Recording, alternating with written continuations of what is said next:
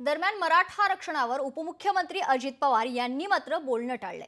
प्रश्न विचारताच अजित पवारांचा काढता पाय पाहायला मिळाला। अजित पवार मराठा आरक्षणावर न बोलताच निघून गेले।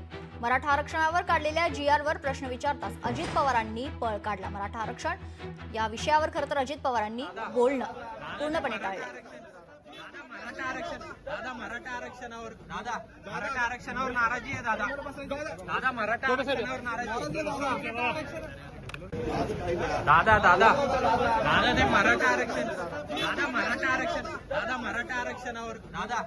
आरक्षणावर नाराजी आहे दादा मराठा आरक्षणावर नाराजी दादा ते मराठा आरक्षणावर